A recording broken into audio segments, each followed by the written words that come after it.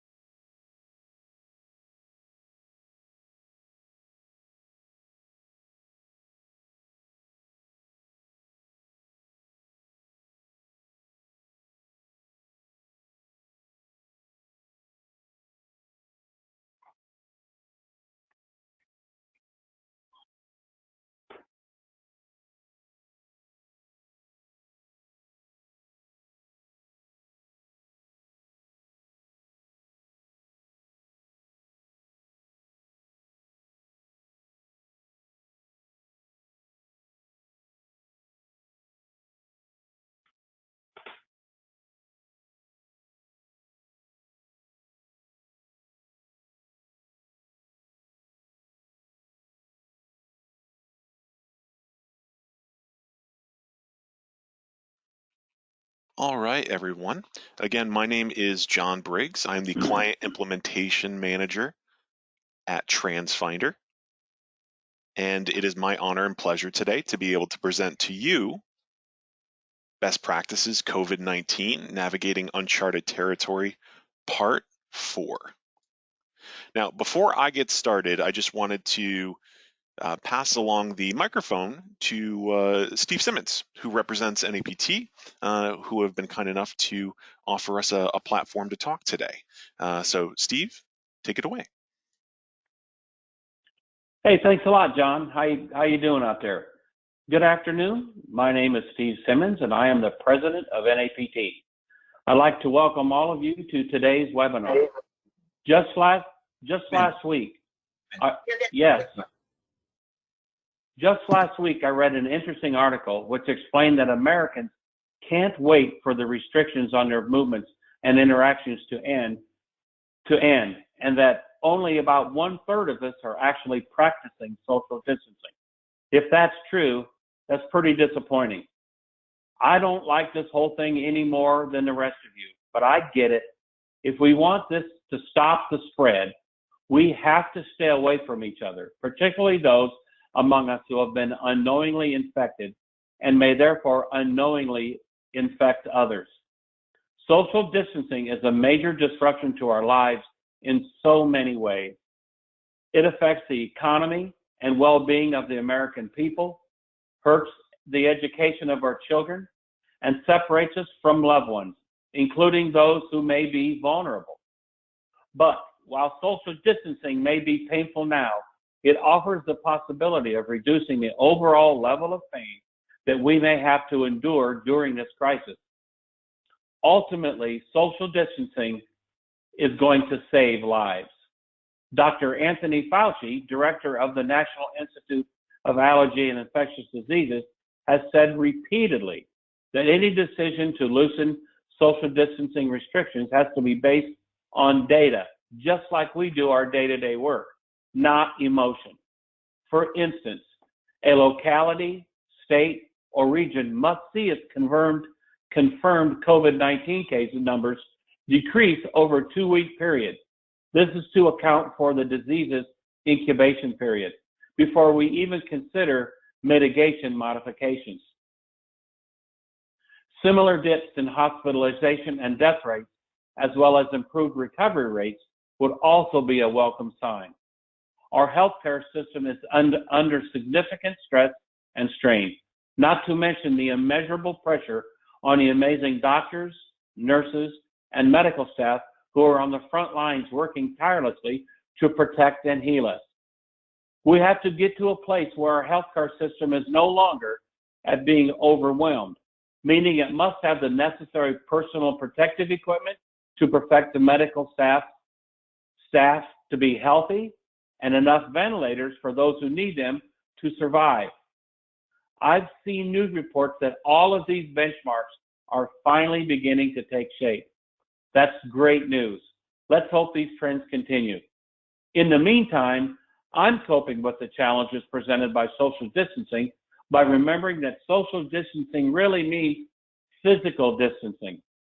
You can and hopefully are seeing and talking to people online, and I hope that NAPT has helped you do just that. For the last 4 weeks, we have been offering something NAPT members can do online every Tuesday, Wednesday, and Thursday. And the best part is, it's free.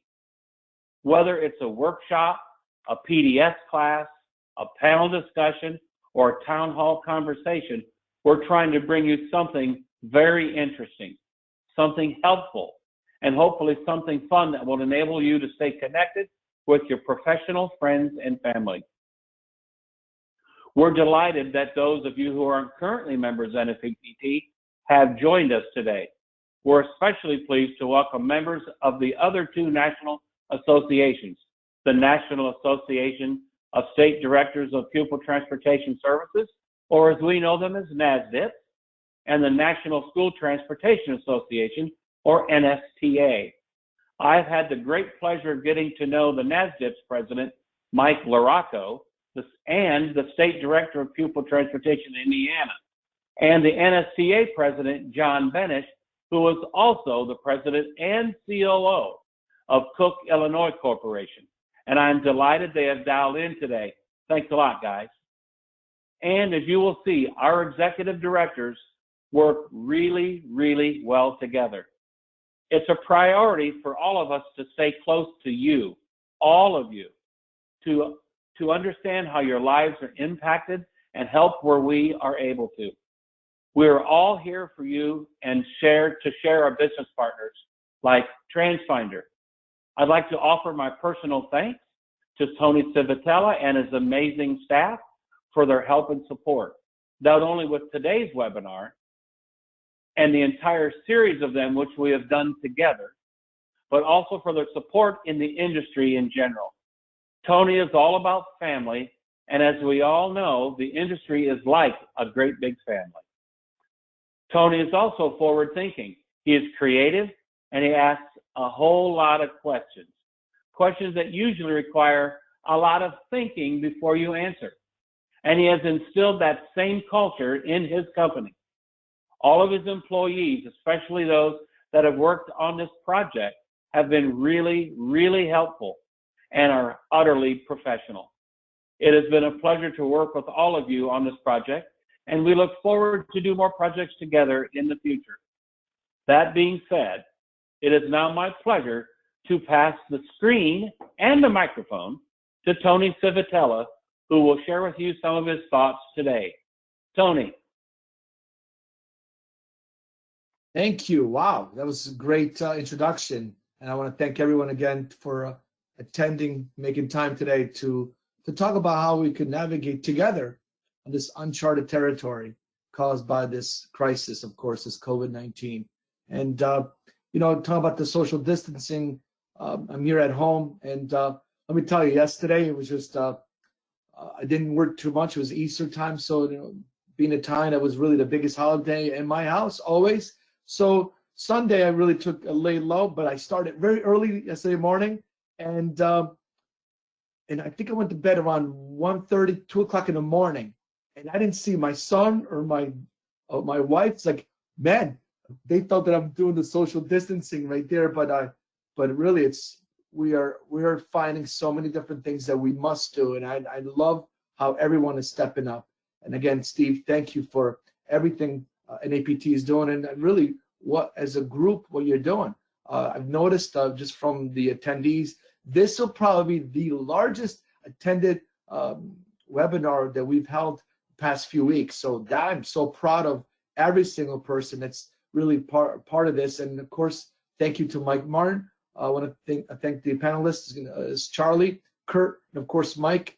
You always provide this national overview. You got the heavy hitters. I told everyone you got really the top dogs on this webinar, and these are the people that should be questioned, asked the questions. And again, I'm so proud of being part of this industry. And we always talk about how we all bleed school yellow, school bus yellow, and it's really the truth at this point. And I don't want to take up too much time, but I want to let you know that you said something about how I challenge, I ask a lot of questions. That's how we get better. And there's no question that's you know, oh, I'm gonna be embarrassed asking that question. Don't do that, because there might be more people that have the same exact question, but you feel embarrassed, like, oh, maybe I should know that. No, don't feel bad. And by the way, just because we have an hour webinar, you know, every single person here in this room, in this meeting, is available to take on messages. And there's some very smart people that are joined here. Please keep using each other. You guys are really, the best practices are not made by Transfinder or NAPT or all the other organizations. It's made up of the entire group. So very proud. Again, I think I don't want to take up too much airtime here. Thank you again. What an amazing attendees today. Wow. Again, now it's going back to John Briggs. Take care. Thank you, Tony. Thank you, Steve. Again, I'm John Briggs, Client Implementation Manager here at Transfinder. Now, so far you've noticed that you can see us, you can hear us, but we're not going to be able to see you or hear you. However, that doesn't mean that you can't communicate with us. There is a questions panel within GoToWebinar. I'll be monitoring that throughout today's presentation, especially during the panel discussion hosted by Rick DeRico. So feel free to use that questions panel throughout today's presentation. Now I'm going to talk a little bit and we'll get to the panel.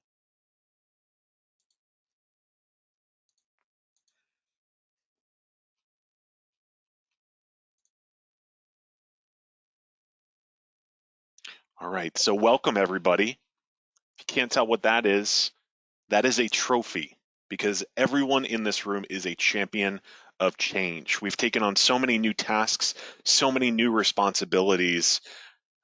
It's been really mind-blowing to think about, but every single time there's been a need for change, everyone has stepped up. So thank you for that.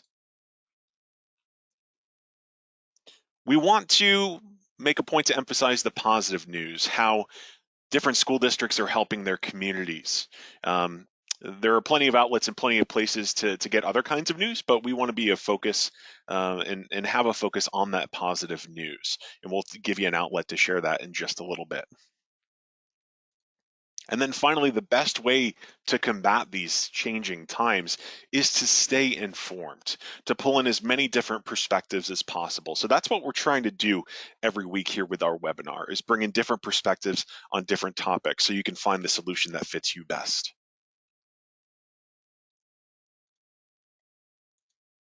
Here's our agenda for today. I'm going to go through a quick success story I came across from a client. We're going to go through a discussion panel hosted by Rick DeRico. And then finally, we'll give you some time for questions and answers. Before we get started though, I think we've done this every week and it still holds true. Be frequent and be direct with communication, especially in these times. There's no such thing as over communication when it comes to your staff, when it comes to your students and their families, or your community as a whole. I'm sure there's a lot of different ways that you're getting news out to your communities. One such way, just to give you an example on the Transfinder side of things, we have our Stop Finder Communications program, which we are offering for free to all school districts, whether you're a current client with us or you're not. So again, Stop Finder is going to be free for clients and non-clients through the rest of the school year. Feel free to contact us if you want additional information on that. But again, no matter what method you're using, be frequent and be direct.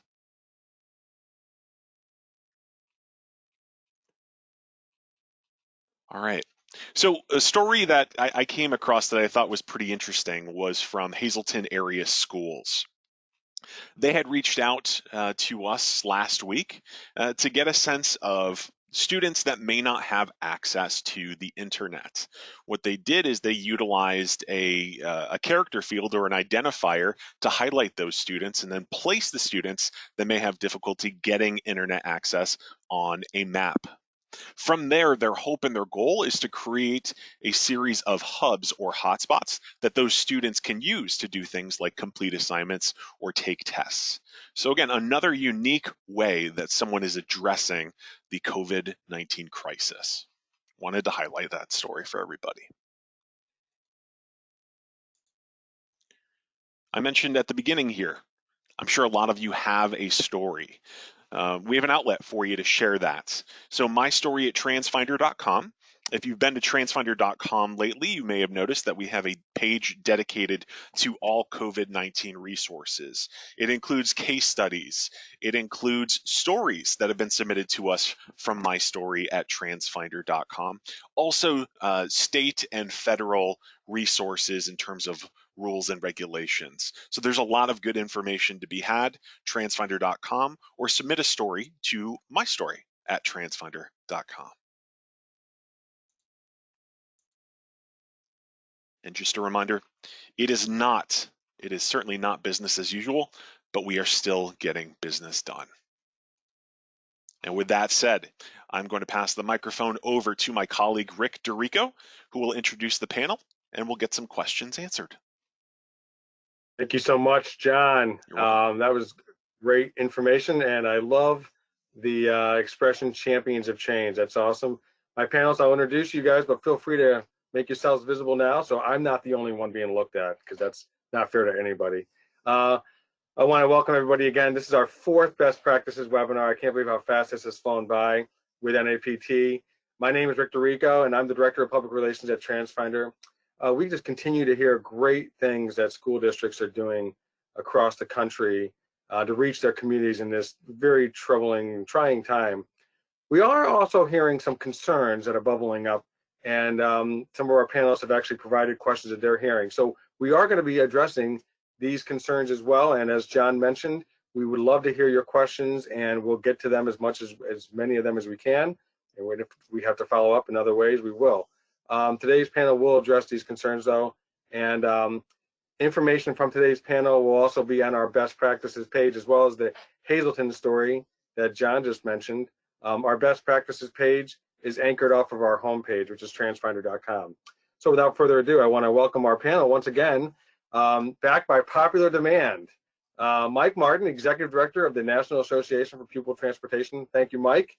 Charlie Hood is the Executive Director of the National Association of State Directors of Pupil Transportation. And Kurt Mackison, the Executive Director of the National School Transportation Association. Again, truly an all-star panel. How's everybody doing? Can I hear you all? Yeah, great. Good, awesome. I just want to thank everybody who's joined us on this today's webinar and our attendees. So I want to start with a quick softball. And Kurt, since you're the baseball aficionado, and you're also an umpire, correct? I am. Is that what? You're mute. Okay. I'm going to start with you, but then we'll go to the others. I just want to say, what have you learned, maybe about your leadership style, or just things that you have learned that might actually be beneficial? It's a softball question, but I think it's also poignant that you've learned from working remotely. Just quickly, and we'll go through the rest. But Kurt, what have you learned so far? That my dogs really like that I'm spending a lot of time at home. That's the first thing I learned. So it's to get on these webinars, it's been interesting once in a while. So usually a good treat or bone does the trick. And if I close the door, it creates more of an incentive to find out what I'm doing. So I just keep the door open there. So that's from a personal standpoint, but it has been enjoyable to an extent. Like everyone else, I want to get out of the house sooner or later. As you mentioned, Rick, I am an umpire. This is my busy season. Thankfully, I was able to get in spring training before the whole coronavirus pandemic hit. So we were able to spend a week down in Florida, catching some ball games down there, which thankfully I had because my batteries were a little bit charged coming back and having to do a number of 60, 65-hour weeks in a row. And then lastly, the thing I would say is that I just think the transportation community has been so unified. That's what struck me. And it's not only been in our advocacy efforts, like when we got the legislation, the CARES Act, and that section 18006, through Congress, but it has been the engagement, with my two colleagues and NAPT and American School Bus Council that we've already, done some tremendous things, but we really pulled together and been able to, continue to communicate and continue to work for the, betterment of the student transportation, field. I think one of the other things is that we now find about how important it is to really explain what we do on a regular basis. I think there was somewhat of a learning curve with not just legislators, but the general public at large about what all goes into student transportation. I equate it to, football, where you just see them on Sunday, but you don't know about the film work and you don't know about the weightlifting and the practicing of plays and how many balls that Tom Brady has thrown, in practice. So when it gets to Sunday, they're able to do it. I look at the transportation industry in the same way. There's so many things that go on behind the scenes that we don't often articulate on a regular basis that I think moving forward we'll be able to do that. And I think it'll be for the betterment of the industry. I always say we are highly trained professionals, in this field. And I think maybe a net benefit will be that we'll bang that drum a little bit louder moving forward. Great. And I like the idea of, even in the midst of this crisis, it is educational for the those around us to see what goes into transportation. So this actually is an opportunity to put that on display. We'll go to Charlie and then Mike, a little bit about how your management style maybe has changed in the midst of working remotely. Well, in my case, unlike Kurt, I do close the door because otherwise the cat will crawl all over my computer. So you don't want that. But at any rate, I think the biggest thing that this has done for me is it helps me re-emphasize for me or reinvigorated me regarding the value of learning. Although none of us would have wanted to have been forced into a learning curve of this type or for this reason, I have learned a lot, not only about the importance of collaboration and communication, which I already knew, but maybe I didn't feel as deeply or experience as deeply as I am now. But even the simple things, the technical things like the technology. I've been working from my home office for 6 years now, but yet in the last month, I've probably learned more about Zoom, GoTo, Microsoft Teams, Adobe Connect, whatever platform you want to use, and how to use them properly, about using video more effectively and that kind of thing. So those are technical aspects, but so many of us are doing that now that I think that's been a good learning part of all this that will have lasting value for us, especially as budgets, until our budgets recover, and we do have to do more and more of this type of collaboration versus the hop on a plane and go to a conference, things that we had previously often been doing. So that's been the biggest. And the other thing that's really impactful for me is the degree to which I've realized that the inconveniences that I might have formerly taken much too seriously are really just that. They're inconveniences compared to the people on the front lines who are dealing with this, compared to the generations before us, our parents and grandparents who had to deal with the Depression, World War II, and things that truly were hardships, not having to stay at home and work.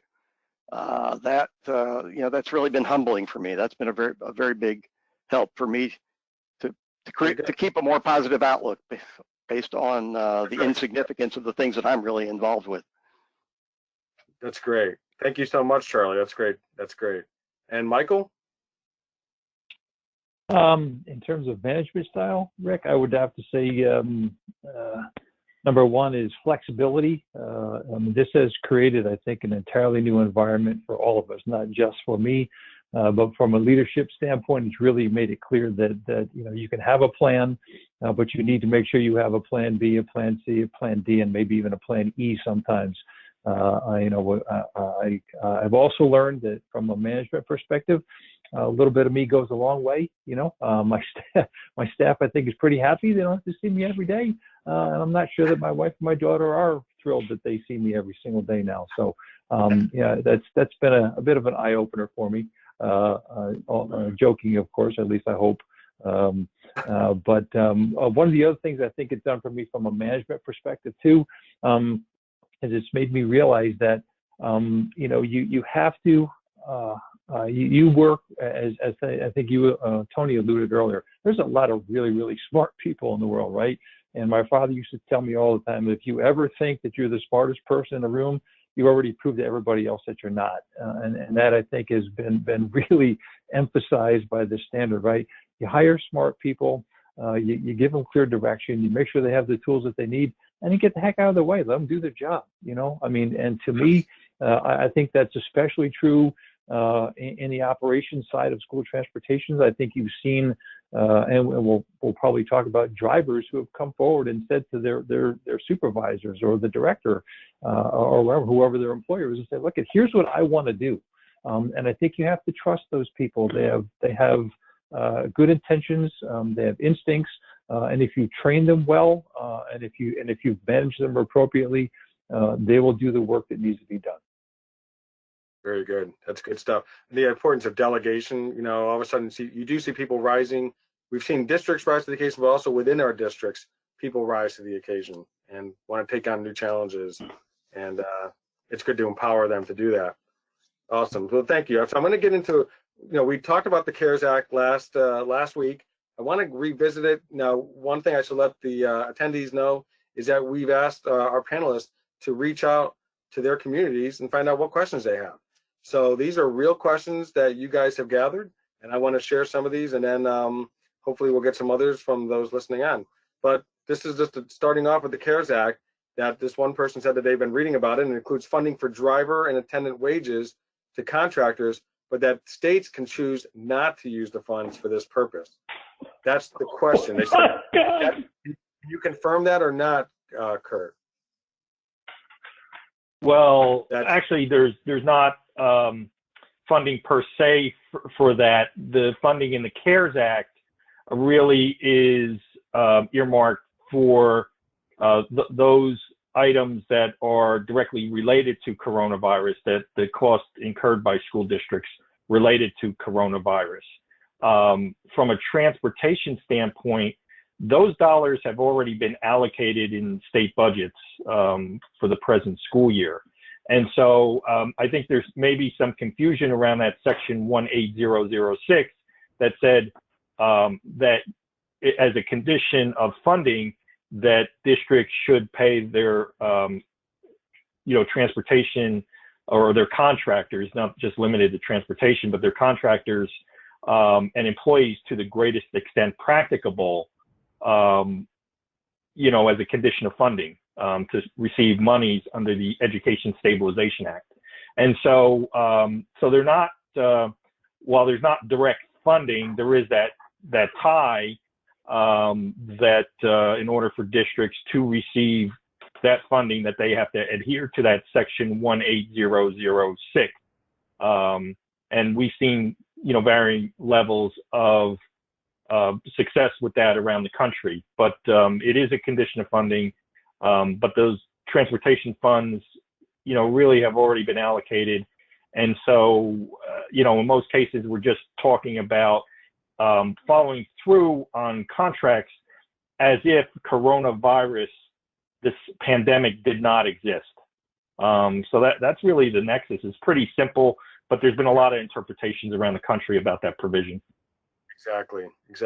I'm going to go right to a question that we have. I have a whole long list, by the way, and I also wanted to mention that, as you guys know from last time, this is a conversation, so feel free to jump in on each other's points and add to it, or whatever else you want to do. You can disagree if you need to.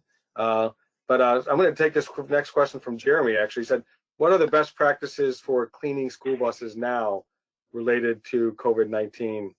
Anybody have take a stab at that? Is it considered best practice for cleaning a bus right now, specifically to coronavirus? Well, this is without getting into the specifics, which I don't think we would have time for on the webinar. Certainly, there are a lot of good resources out there. I think all three of the major OEM manufacturers, plus Collins buses, now have guidance on their websites. They have some excellent infographics, and the basic principles of it are that it's a two-step process: a cleaning process followed by a disinfecting process. And I know that's oversimplifying it. That doesn't help the guy in the field who's actually trying to figure out, okay, now what chemical do I grab and what do I use? What cleaner do I use? Great. The cleaners, the EPA has a list of registered cleaners and disinfectants on their website that I would certainly refer people to. I believe some of the links on your COVID portal, if you want to call it that, at Transfinder, Rick, have several of those links, and best practices are out there. So basically, this is one where you just kind of have to do a little extra homework, and it's not one of those 25 words or less kinds of situations, but the information is out there on some of the best practices. So it's not business as usual, though. I mean, like going back in the fall when schools, there's a new way to clean bus. It's not the old way. It's not relevant any longer, correct? Well, I definitely think there's a higher standard now, yes, for being sure that before the buses are returned to service, or even before drivers get on them, because drivers are out there operating buses all around the country, delivering meals and educational materials and so on. So their safety is as important as anyone else's. So the buses need to be cleaned and disinfected pretty regularly if they're in service at all, and certainly before they're returned to service. Okay, good. That's good. Hey, Rick, Yes. if I may, can I riff on that for just a minute? One of the things that I think is important for people to understand right now is because we're sort of in a situation that is evolving on a regular basis, that I'm not sure there is a best practice right now. And that doesn't mean there aren't, better ways to do it than others. As Charlie mentioned, I think it's pretty much generally acknowledged that it's a two-stage process right now.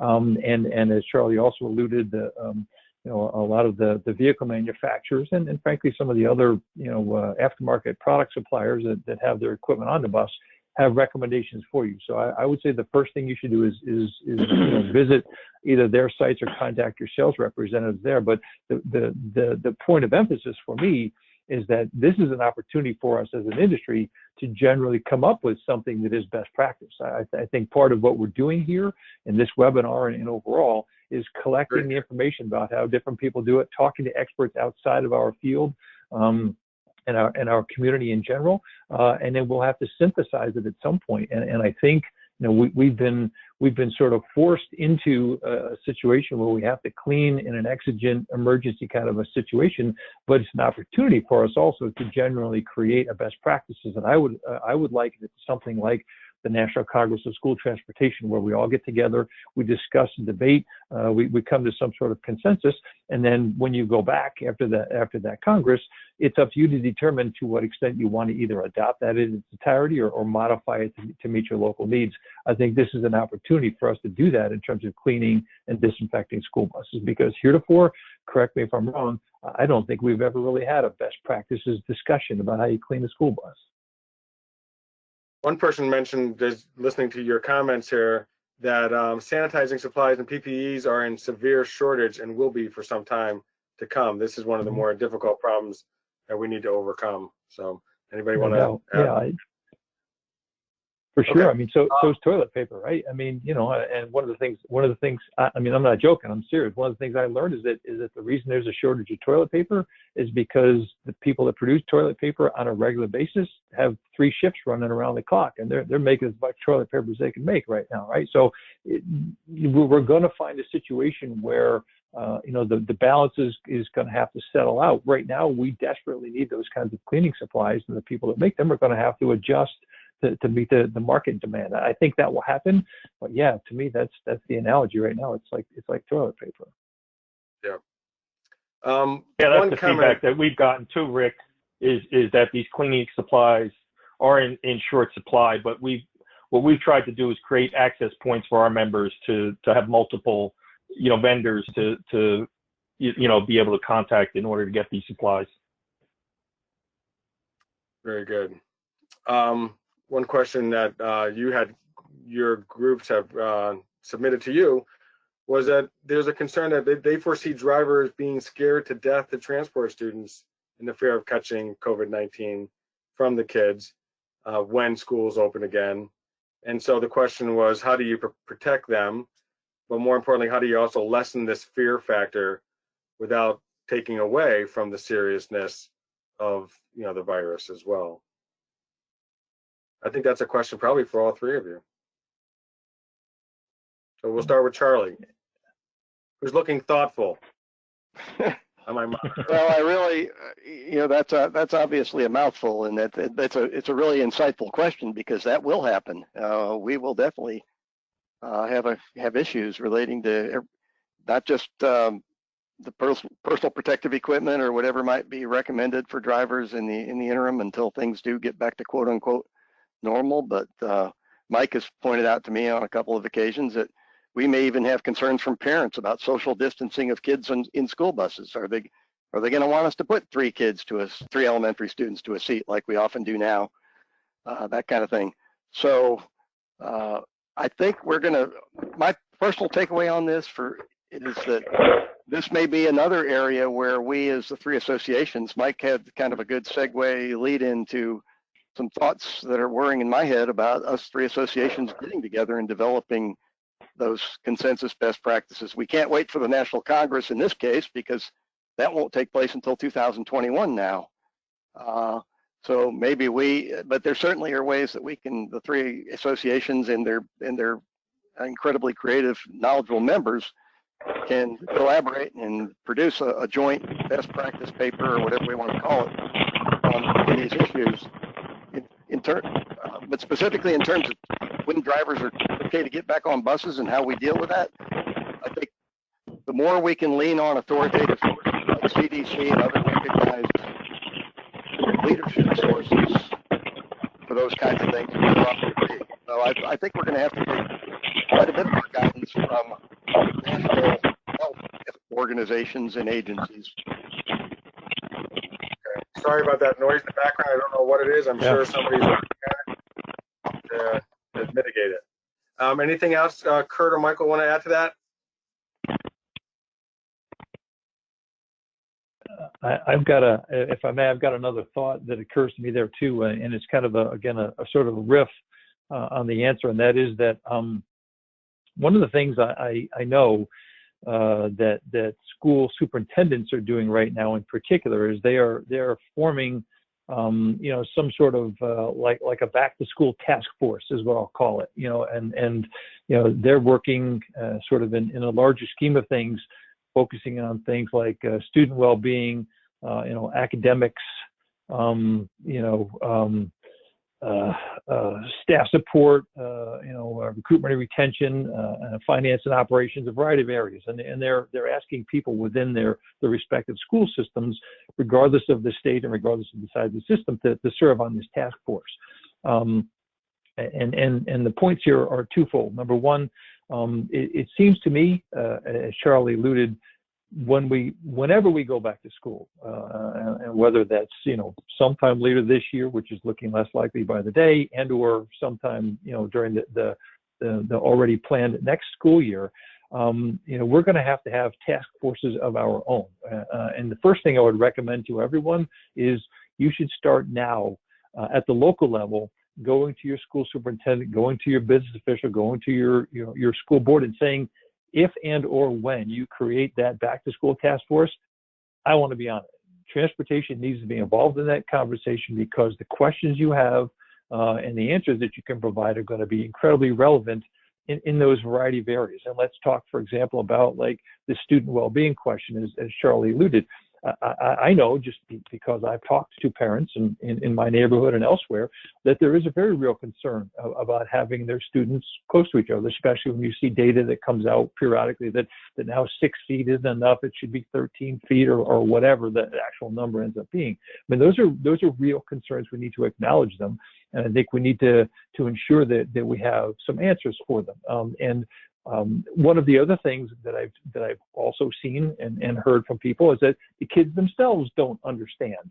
Some of them, maybe are not as scared as others, but all of them have been apprehensive and wondering why they can't, go out and see their friends, why they can't interact like normal. So those are things that give us an opportunity to engage locally, to get feedback from others and to talk. But from an industry standpoint, I mean, I think we have to understand that this whole concept of social distancing when schools reopen is going to be a real issue. And I've seen and read stories about, for example, because social distancing, it may well require reducing the number of students in school on a given day. Schools weren't designed for social distancing. They were designed for the inverse of that, to bring people together and collaborate. So if you have to do social distancing or some remnant of social distancing in an environment that's foreign to everybody, one of the things you're going to have to do is kind of figure out new logistics. And from that logistics standpoint, I think we have to begin to think about, okay, what happens if the education policymakers, the school boards and or the superintendents decide that we're going to do, like morning and afternoon shifts, or we're going to do alternate day shifts. Our vehicles were not designed for social distancing either in the traditional sense, but that's going to put a lot of issues on the table that we need to talk about ourselves now. So what I would recommend is that you try to find and or get involved in your local back to school task forces, work groups, whatever you want to call them, because I'm sure that they're going to be there. Everyone's talking about it in a slightly different way, but they're all talking about the same thing. And then what we need to do, not only among the associations, but at your state levels in particular, is to have those kinds of conversations too. Engage with your local and or your state associations and have conversations about these kinds of issues. One of the things I can say, and I promise I'll be quiet for a while, but one of the things that I'm confident of is that transportation is going to be paramount in those conversations. Remember, half the kids who go to school in any given school day get there via a school bus, right? And if someone makes a policy decision that affects school transportation, we need to be involved in that discussion, and we need to be ready for it. So as I alluded earlier, we shouldn't just have a plan A, we should have a plan B and a plan C and probably a plan D in place for those as well. That's what we should be using this time for right now. Very good. So I think that in the future, there may be a lot more bell time studies requests coming in. I would have, I mean, seriously, I know that's like only half joking, but there surely will be, no doubt.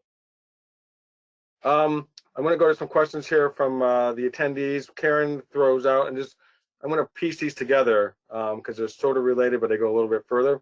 Any thoughts on how I think it's the federal government or states may handle the impacted drivers in regards to renewing their CDLs and school bus certificates? Most renewals must be completed in person, and most DMVs are closed. And then, in a related question, I think is if there's any. This is a person in Massachusetts, John, who talks about the need for 8 hours of safety to renew, and he was wondering if there's any online places that they could go on YouTube or others to also meet those requirements. So who wants to tackle that? Well, I'll hop in first, and that there has been some discussions about, you know, how can we get from point A to point B with respect to, you know, some of the questions that, you know, that have been, you know, outlined here. You know, in some cases, the SDLAs are not deemed essential for operation, so they're not open. So this is a really good question. It's also one of the reasons why we've also talked about the continuity of the student transportation system as being so vital. And this just feeds into it, because it's not like you can take somebody off the street and put them behind the wheel of a bus and have them drive kids at the drop of a hat. You know, in some cases, it's going to take 12 weeks to get a person, you know, trained and licensed, you know, in that particular state. One thing that has come across my desk is that I know these driver training schools, their association is looking for some flexibility at the federal level, and that would be take one of two forms. One form would be to make the state MVCs or DMVs essential businesses and have them open up again, or the other is to provide flexibility that type of training and testing can be undertaken by private providers. And so that is something that is being discussed at the federal level. And in fact, it just came across my desk. And in fact, I was going to reach out to Mike and Charlie on it to see, you know, where they might be on it, that issue as well. So. Well, you got them right here. Yeah. Well, I've got a question. Charlie, have we heard anything from FMCSA on this issue? I have not heard anything new directly from them, but I was just pouring through their coronavirus pages on their website, and there is some relatively new information on there about certain aspects of driver licensing being able to be handled virtually in lieu of the current in lieu of the current requirements that you go down to a state driver licensing agency or a county tax collector or wherever that's being done or has been done in the past. So there is some flexibility being provided with that. And the biggest takeaway that from my perspective, because we've asked FMCSA the question about preemption. In other words, does their emergency order preempt more stringent state requirements for things like commercial driver licensing or medical examiner certificates or those kinds of things, drug and alcohol testing? And the general answer is that they haven't answered that question, but they do have a couple of different documents on their website that basically say that make it official that they're not enforcing anything in terms of the compliance of state driver licensing agencies with those things right now. So they're not saying that we have the authority to preempt everything states are doing and provide more flexibility, but we're not taking names and kicking you-knows. in the process, is what they're basically essentially saying right now, and that doesn't give you much granular detail about what's really going on, but there are a lot of good frequently asked questions and some late model documents on the fmcsa.dot.gov website that I would refer all the viewers to who have those kinds of questions. The general waiver that they provided federally is for commercial driver licenses or medical examiner certificates that expired on or after March 1st of 2020, is that those are good, that those can be delayed, those expirations can be delayed until June 30th of 2020. And I just saw this morning where in some of the provisions, they've also added or until after the president's emergency order has been rescinded. So there's a little question in my mind right now that we need to get to the bottom of whether June 30th is a hard and fast date, or if we do see the presidential order rescinded, if that's going to affect those provisions or those waiver and exemption kinds of provisions. So how's that for an answer to that question, huh? I used to be a bureaucrat. Let's live our life without any rules. There are a few things at play here. One is that we're not operating in a vacuum. So while school transportation is one piece of the puzzle here, it's a very large puzzle that motor truck can't stop operating, during this crisis. So we're, in some respects, we're kicking the can down the road, but we are going to have to pay the piper at some point. And I know it sounds like a cliche factory there, but we can't just worry about the waiver and the fact that FMCSA is not going to take enforcement action against states for noncompliance. I mean, that's one small part of the puzzle, is how are we going to keep the continuity of this system, going under the current scenario? And that's really what we have to address. The feedback that we got, and this is not official from FMCSA, but it is a review that we had done by an attorney, was that the state action, whatever that was, so the state, law, whatever that is, does preempt the federal in this respect. So whatever that criteria is, the state has to adopt its own waiver in addition to the FMCSA waiver. Very good. I think Rick, too, I think the final thing too there maybe is just the simple answer to that question is with driver licensing and drug testing, there's always a bit of gray. There's black, there's white, and then there's a little bit of gray. This is right now, I think more of it's kind of towards the gray area right now. But you can be assured at some future point in time, probably the not too distant future, frankly, it's going to go back to being black and white again.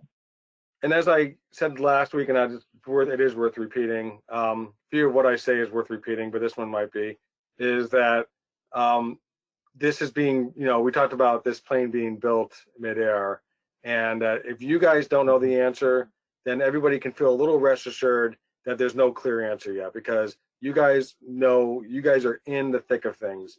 And so there should be some comfort in knowing that if they don't have a direct answer, then it's probably not out there yet. So I just want to reiterate that. This is a poignant question from Elliot, and then I'm going to ask you guys to close. I can't believe the time is flying by. So here's a question that Elliot asked about how do you think that this is going to impact pupil transportation workforce as a whole going forward? This is in the future. Bus drivers have families and bills. They aren't working, or they're not being compensated. They will leave. So if you have a CDL, it's a golden ticket. This is a direct quote. If we have already experienced a loss of a few drivers to another company to drive trucks for them, they're probably not going to come back. So here's the question, big lead into the question. Do you foresee an even larger shortage of bus drivers than we've already experienced? And if that is the case, what is going to be the strategy moving forward to bring them back, or to increase the number of school bus drivers out there? So I'll start with Charlie, work on through Kurt and Mike. and then we'll close with final takeaways. Well, that's a very real concern. I've heard it from a number of people. It's like, what do we do about this? This exacerbating the driver shortage that we've been talking about for years. And I hope we don't have to see draconian measures like the ones that were taken by some of our local school districts back during the spate of hurricanes in the mid-2000s, when they were having to hire National Guard they were having to use National Guard drivers. I hope we don't see schools having to do double shifts, and one set of students going to school in the morning and another set of students going to that same school in the afternoon, with drivers having to work 8, 10 hours or 12 hours a day. I hope we don't have to see that, but we're going to have to think creatively about how do we get kids to school. Parents are not going to be happy if we can't get their kids to school when it's time. Kurt? Yeah, I think Charlie hit the nail on the head. This is going to be a primarily parent-driven, situation. And then to really dovetail on what Mike had said earlier, transportation needs to be at the table when these discussions are taking place, because we don't know what the new normal is. It's a great question. None of us up here have the answer for it, but it is something we're keeping an eye on, because we all went through the driver shortages at varying levels this last school year. So we don't know how things are going to shake out as it comes into school. One thing I saw, just today from a school district is they're starting to have discussions, at least, about what summer might look like. And are there going to be classes? Are we going to try to make up some of this in-class time over the summer? So I think it's good that those discussions are starting to occur.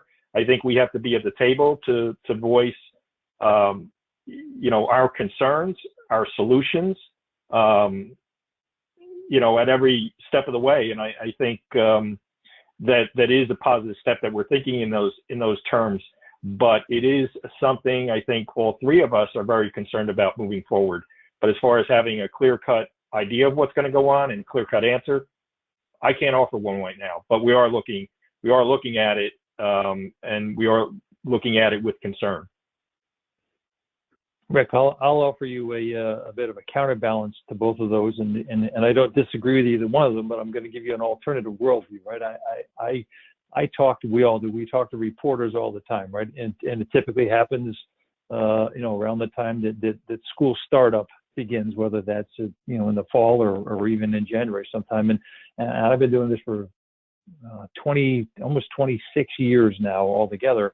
What I started to just say to reporters generally is, look, in every single year that I've been doing this, the shortage of school bus drivers is a top 5 industry issue. It's been a problem every year as far back as I can remember. I'm sure it predates me. There are some years when it's the number 1 problem. There's some years when it's number 5, but it's always top 5. It never goes away, right? So there's a systemic issue, a larger issue that's there as well. So what I'm going to suggest is that we have an opportunity right now, right? And I'll use an analogy for you. There's someone that I know that we've been working with professionally for years, who is tremendously talented, has a terrific education, a lot of experience, and was furloughed, and she's now working as a grocery store clerk because she needs revenue, she needs money, right? And the facts tell us that we've had over 17 million people file for unemployment over the course of the last 3 weeks. Maybe part of what we need to do as we think about this issue the way we traditionally think about it is also look at it as a potential opportunity. If we can find a way to access that pool of people who are going to be looking for stability, who are going to be looking for family, who are going to be looking for reasonable pay and reasonable benefits, there may be an opportunity there. Now, maybe that's just the wild-eyed optimist view, and it's certainly the alternative worldview. Like I said, I don't disagree with what Charlie and Kurt said at all, but I think we have to begin to analyze this problem in that kind of a context. That's something that we've been doing at NAPT for the last year or so, is how can we just think differently about this? My father used to call it standing on your head. The same thing looks totally different if you're standing on your head. That's good. we're coming to the end. We started a little late, so I do want to kind of squeeze one more quick thing in, and then I like to ask Tony to come in and say a couple words at the end. But this is a couple questions that have bubbled up, and one is that some parents may not want their kids on a bus again. So is there any sense that either one person says, Bernie here asked that some parents may not even have their kids go back to school again. They may continue the social isolation. Others may start to just drive their own kids into school and avoid the bus altogether. Do any of you foresee at least that happening in the beginning? Maybe it won't be a long-term thing. Maybe it will be a long. Any perspective you can shed on that, and then we'll just close it out. Kurt?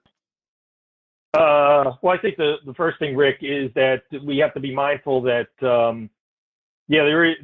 are going to be situations where parents take action, but a child is 70 times safer driving the school bus to and from school than taking any other form of transportation. So you always have to give the other side of the equation there too. So we think there's going to be a new normal moving forward. One day we're going to get to a situation, whether there's a vaccine or this thing is dissipated to an extent where we're going to get back to life as normal. How quickly that comes, I think, is the central question. But yeah, there are going to be folks who take measures, and Mike alluded to the fact of just the school building itself and how that's constructed and not constructed with social distancing in mind. So I think there are a lot of questions. There's a lot less answers because we're all kind of feeling in the dark on this. And, together, it's just that some of us, it's our responsibility to dive in and kind of try and delve into the answers. But, these are all great questions. They're all things we have our eye on. And that's not to say we have our eye on everything, because I think that's one of the benefits of having this forum is to exchange, ideas and to say, yeah, well, it's something we're thinking about, or, hey, yeah, no, that's a good point. We should be looking. That's another thing for us to put on the to-do list. And so I think it's great that you continue to have these things. And I think the exchange of ideas and information and the camaraderie to say, hey, we're in this together. We don't have 100% lockdown, airtight answers on a lot of this stuff, but we're all thinking in the same direction, which I think is helpful. When I think, and Mike had mentioned earlier, which I really liked, is that you guys may be the ones that are actually crafting at least those early recommendations that might be put into place as well. Yeah, and we do that, Rick, with input, from our membership, which I think is key. So in a lot of cases, we're just the voice of that, the conduit, but it really always emanates, from your membership. And so that's why the continued engagement with our member bases is so critical. Very good. And Rick, if I may, I know we're over time, but one quick riff on that too. I think, alternative education has been a movement for a while. That's not something that's new. And every once in a while, you get a tinderbox that just needs a match to light it. I would imagine that this opportunity that's been created for those who are supportive of alternative education and an alternative education environment, you're going to see I think a bit more of a shift that way. The question is how much. But to go back to if I understood the original question, is that going to happen? My personal opinion is no doubt. To what extent, I don't know. As Kurt alluded, which I think is critical for us, we need to make sure that parents understand that if their kids are going to go back to school, and I think the vast majority of them are, that the best, safest way for them to do that is on a school bus. Great. Charlie, anything you want to add? Only that, as Mike and Kurt both know, and Steve and others, the American School Bus Council is currently getting ready to work on a project, on a public relations kind of project for just that purpose, to make sure that parents and media and others understand, if they didn't already, the value of school buses and those statistics like Kurt cited about how much safer school buses are. And the convenience factor will be there. I may be a little bit more of an optimist than I should be, that most parents will want to get their kids back in school and using school buses, because our parent focus groups that we've done with ASBC over the last few years have verified that that is in fact one of the biggest factors in why parents put their kids on school buses. Is it's convenient for them. I mean, we think safety, safety, safety, and it's true, but for a lot of parents, convenience is really the reason. Yeah, that's good. Very good. Stay on for a second. I just want to have Tony come back on and say a few words, and then I want to just close this out. Tony. Hey, just chime in at the end right there. Let me tell you about convenience. I'd want to get my son out of the house back to school as soon as possible, for sure. I think people don't have kids. Don't have kids. I don't think they realize it. Significant amount of yet, I didn't take the school bus, but get him on back to school. Convenience for sure. I think I'm going to speak as a parent. We want to get these kids back to school, whatever means it was, 4 months ago, whatever it worked. So therefore, I want to tell you, I think the convenience is definitely there. I think that Charlie, you're right on. You're right on. Of course, we're in this business and we know that the safety is there. But most parents, by the way, how many times I have this conversation, like, you know why the bus is ugly? I actually make fun of this. It's ugly because we want to make sure it stands out. We want to stand out and it's safe. I talk to people that, like, what are you doing with school buses? Wow, that thing it's like a tank. All right, no one thinks about this. We live this. But most people want to go, get this kid back on that bus so that way I can go back to work. So I'm amen to that, Charlie. I agree with you. But guys, we're talking about best practices. We've had to adjust ourselves here. Whatever we thought was worked even 2 days ago, we have to adjust and we got to be agile. So that's my recommendation. It's great, good documents, but don't get too married on something that some new laws could change. And by the way, I know you guys are right on top of things, but something could just come right back and sucker punch all of us again. And all of a sudden you guys, just my recommendation is that don't get too married on something that just changed 3 weeks ago or 2 weeks ago, because you guys know this is a moving target. And I think everyone is very patient and they all trust everyone here what we're doing. So I'm proud again. So sorry I'm going on, but let's get my kids back to school. Back to school. All right. Good stuff. Good stuff. Well, I just want to let you guys know that the comments that we're getting, by the way, many people are just saying thank you. Thank you, thank you, thank you for your time, for your expertise, for caring so much about the district and sharing your insights during this time. I just want to reiterate that the best practices page can be found at transfinder.com. It's anchored right off of our homepage. This webinar will be on there, as well as many of the topics that we discussed. The links to those answers will be there. I also want to just once again encourage you, please share us your stories. Share with us at my story at transfinder.com. It'll make their way into a future webinar possibly and onto that best practices page. Once again, I want to thank Mike and NAPT for providing this forum and also for participating, and Kurt and Charlie as well. Just so much insight, and to see your camaraderie, by the way, is just that alone is so good for our industry to see that this is all collaborative and working together. And so I sense it, and I'm sure everybody who's watching does as well. So thank you again, once again, and I just hope everybody has a wonderful rest of their day. Take care. Thank you. Thank you. Bye. Thank you. Thanks, you guys. Thanks, everybody. Appreciate it. Thank you. Thanks, Kurt. Thanks, Charlie. Thanks, Rick. Thanks, Tony.